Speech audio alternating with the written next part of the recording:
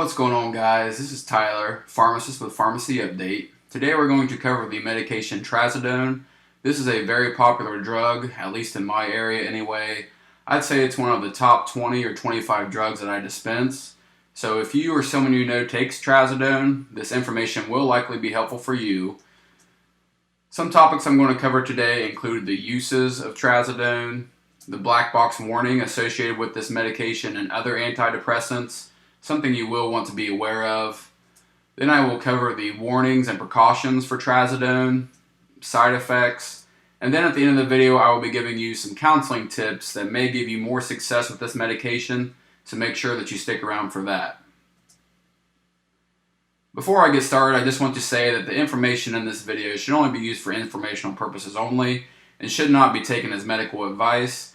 Please consult with your doctor before making any medication changes. If you feel like the information in this video is helpful, please leave a like, and if you want to see more videos like this one, hit that subscribe button. I would greatly appreciate it. Alright, with all that being said, I'm going to quickly cover the uses for Trazodone.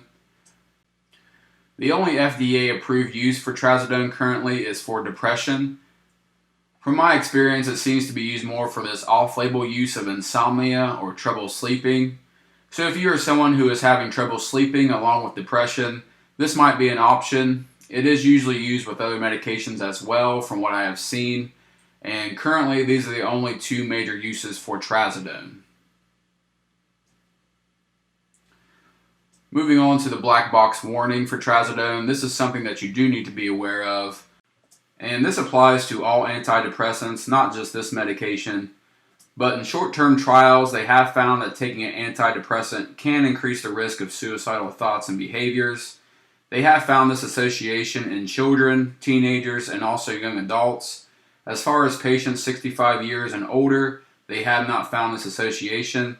So you really want to watch out for this if you are just starting out, or if one of your family or friends are just starting an antidepressant.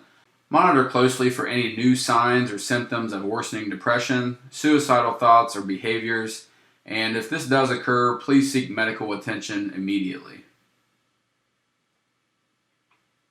Moving on, I'm going to discuss the warnings and precautions you need to be aware of when taking Trazodone.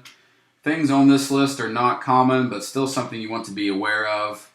First here is cardiac arrhythmias, in particular QT prolongation. QT prolongation is basically when it takes your heart longer than normal to recharge between beats. This is an uncommon occurrence, and even if it does occur, it normally doesn't have a clinical effect on the patient at all.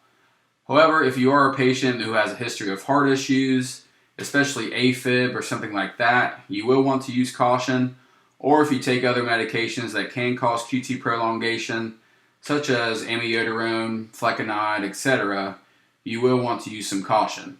So like I said, this is an uncommon occurrence, but if you have heart issues, just be careful. Next one is central nervous system depression. Especially when you first start out taking Trazodone, you may notice that you have an impairment in your physical or mental abilities. As you take it longer, these effects will eventually wear off, but this is not something that I would take before going to work or school, anything requiring mental alertness, and I'll discuss that more in my counseling points. Falls, this is more for the elderly population. You really want to be careful if you're an older adult first starting Trazodone. Just make sure that you get your bearings before you start walking, because falling can lead to some serious consequences. The next warning here is a big reason why falls are an issue, and that is orthostatic hypotension. Orthostatic hypotension is when your blood pressure drops quite a bit when you go from a sitting or laying position to standing. This can cause you to lose some blood flow going to the brain, and that can cause you to become dizzy, even pass out in extreme cases, and this is the main reason that falls are a concern. You especially want to be careful with this if you have some pre-existing conditions. This would include things like previous stroke, cardiovascular disease, if you are dehydrated, or if you take other medications that can lower your blood pressure. Something that you need to be aware of, especially for that elderly population, like I said, falls are not something to mess around with. And my last one here, priapism, or an erection lasting longer than 6 hours. This is very rare. And I know it might be kind of a funny subject, but it is still a medical emergency if it happens. If you do have an erection for longer than 4 hours, you will want to seek medical attention immediately.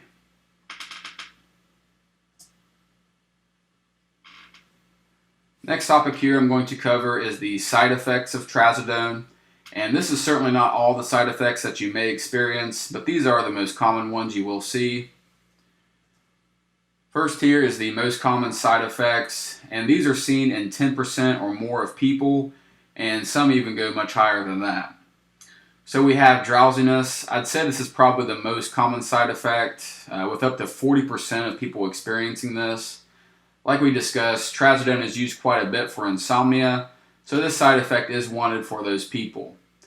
You also have dizziness, headache, nervous feeling, fatigue, dry mouth. This is another big one. Up to 34% or a third of people will experience this. And having a dry mouth can lead to some other complications as well. So you will want to get that taken care of if you do have a dry mouth.